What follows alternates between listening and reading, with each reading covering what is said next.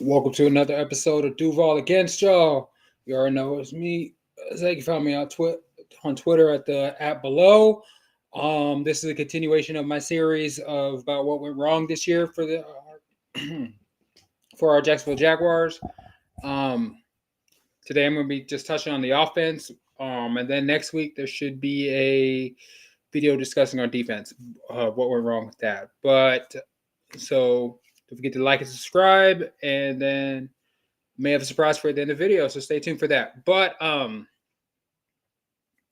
so with our offense, a lot of us all thought that a bunch of stuff was going to happen. That Calvin Ridley was going to explode, get 1,400 yards. Trevor Lawrence was going to set a bunch of our records. ETN was going to go for 1,400. To be honest, I felt like a lot of these all in 1 year were a lot. That Kirk was going to go over 1,000 was another one. With Ridley going up for 1,400, 1,500. It was a lot. In order for that to happen, our offense would have had to explode. A lot of us didn't think, well, we didn't like the Press Taylor idea. We didn't think it would fall this hard, which, as much as I don't like him, we can't blame everything on him because injuries played a factor too, but the offense was not as good as it was the year before.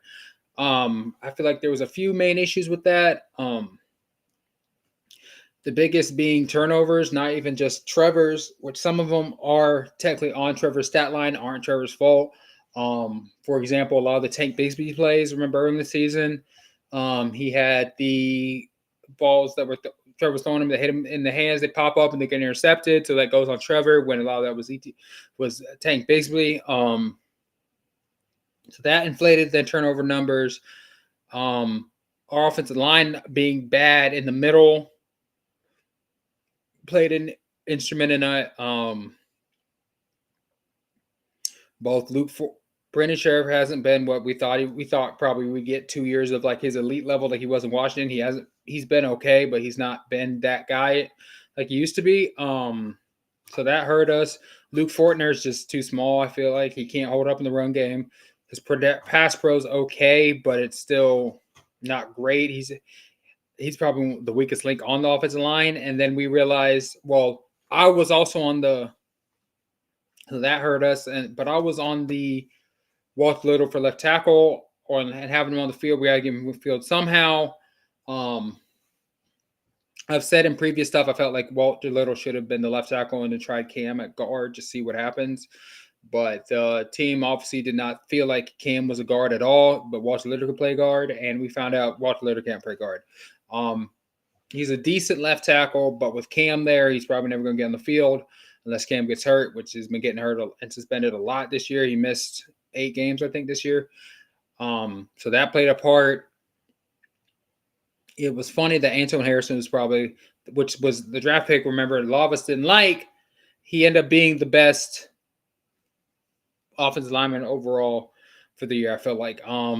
Especially like if you factor in Cam missing 8 games, especially. We all said that the guard needed help, that we all said go get Dalton Reisner, go get somebody. Early in the offseason, didn't do it, got stubborn, played Shatley there, tried Brendan Bart, or, Smoothie King tried it, didn't work, though. It's all bad. And then eventually, of course, we go trade for Ezra Cleveland, who upped a little bit, but it was kind of too little too late at that point. Trevor was already getting banged up. But so that was one issue, which I hate to say it, but we all called that. We all said we need our offensive line help the offensive line. Trevor needs more help on the offensive line. We get Harrison, which is great, but then other than that, we didn't really help him on the offensive line. Teams seem to forget that the best teams win with their offensive line first, but they try to get the shiny new toy. But sometimes shiny new toys, you can't play with the toys if they're getting hit in the backfield before they can do anything. But speaking of hitting the backfield, Travis Etienne led the league in missed tackles, but had barely hit 1,000 yards. That's part of that was because we gave up the running game way too early in some games. We got down by more than 10. We're throwing it heavy. First quarter, it's like there's plenty of times run the offense. I feel like Press Taylor panicked there. Another issue is like we was just talking about the offensive line. It was bad. Their run blocking was great, but I'm just impressed that ETN was able to get what he got. Um, he went on that streak with a bunch of touchdowns, and then it kind of just peppered off near the end of the year. So I'm not holding that against him. None of the other running backs really did anything. Tank Bigsby, of course, we all have his issues with him, who did look a little better near the end of the year, but kind of too little, too late. Sorry. Dearest Johnson is probably our best backup running back, but he didn't get a lot of playing time because he was trying to play Tank. But he was running hard, looked a little better with running between tackles than ETN did, but we'll see how they goes. I felt like the offense kind of looks a little better when we are able to run under center or hand it off under center when instead of doing all the shotgun work. But from what it looks like, Trevor's not great in under center, so we'll see. But that was with the offensive line in the running back room. Of course, led to Trevor getting hurt. And then was trying to fight through every injury, which we should have sat him down at least one of the games he played hurt. Yeah, we won, but I feel like it's almost like one of those at what cost, especially with the way the defense, what happened to the defense, which again I'll talk about next week. But and then the Zay Jones injury really messed up the offense. Which I really didn't think I would ever say that. That's our third receiver, or technically fourth option, maybe even fifth. He goes down, and the entire offense looks disconjointed now. That was shocking to me. It looks like he may be a cap casualty just because their cap is not great. There's going to be some hard choices on the offensive line.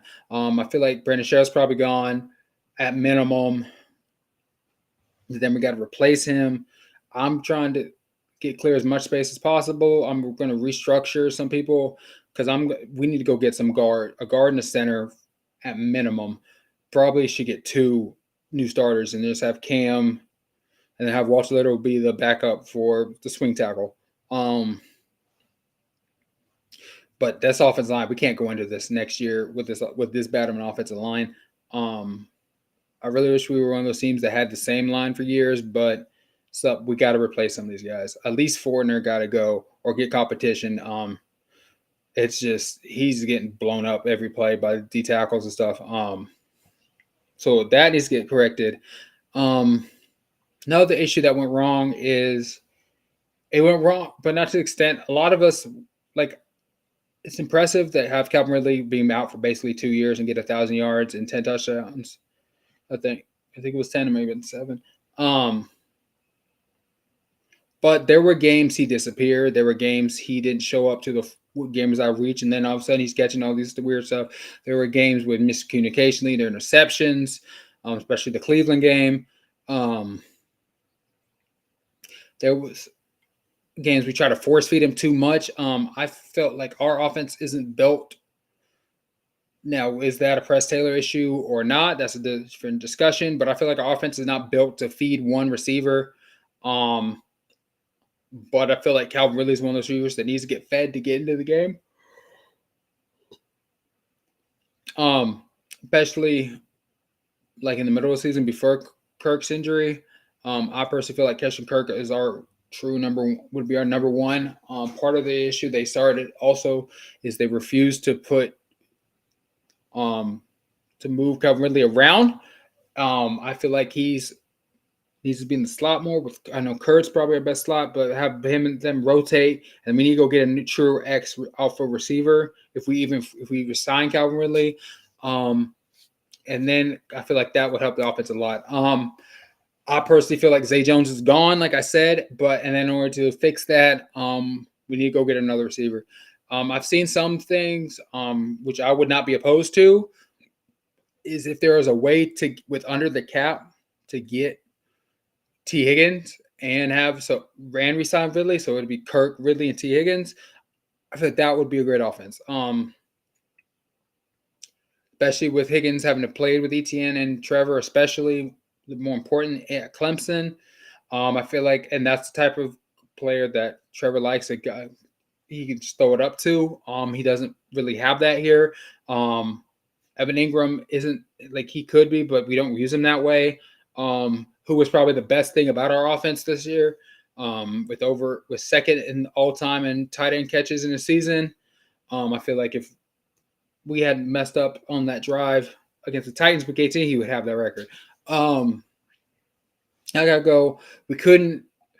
So if that happens, I feel like that could really greatly improve our offense. T. Higgins has proven that even with when he's the only weapon, like when Jamar Chase is hurt or something, or Tyler and Boyd's hurt, he can show he can still ball. That was my issue with Ridley is when Kirk went down, he couldn't, and Zay was down.